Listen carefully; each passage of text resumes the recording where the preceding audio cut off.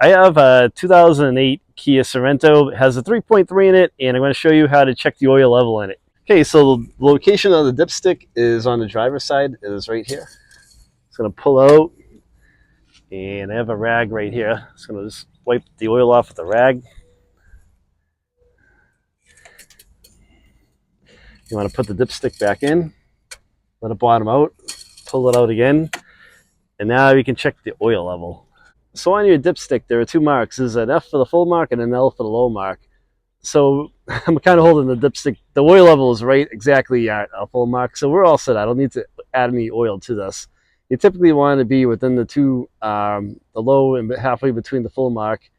And if you're in those two areas, between those two areas, you should be okay.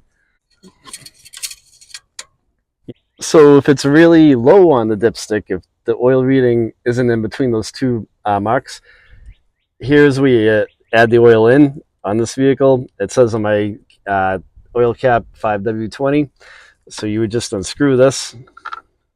So once you unscrew the oil cap, use a clean funnel, and then you get a quart of oil, and you could add a little bit in.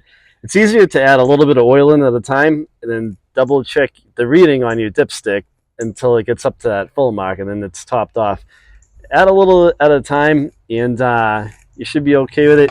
Once it's up to the recommended level, the proper level, put your oil cap back on.